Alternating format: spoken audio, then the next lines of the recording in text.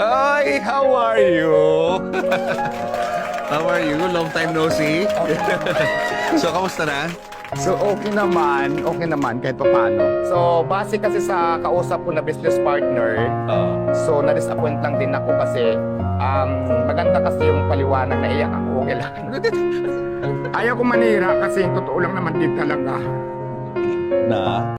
Hihilahin ka nila ng pababa, Hihilahin pababa. hanggang mahulog ka sa kanilang dura. Sa kanilang dura. Umahon ka papalayo, Papalayo. sa di nila abot. Sa di nila abot. Hayaan mo sila bang nakatingala sa'yo. Check. Oh.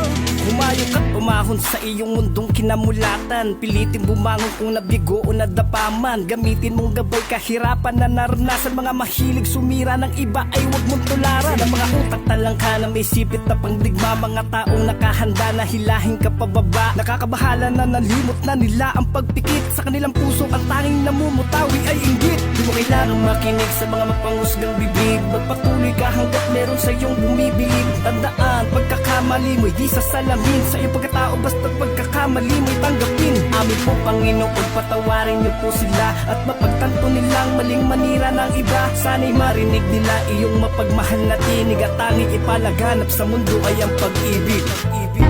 Alam mo yung naiyak ako pero ayaw ko sanang umiyak kasi ang pangit ko sa camera kaya niwasan ko umiyak. Ayun, yung karanasan sa buhay siguro na parang hirap ibalik. Alam mo yung nangangalakal ako tapos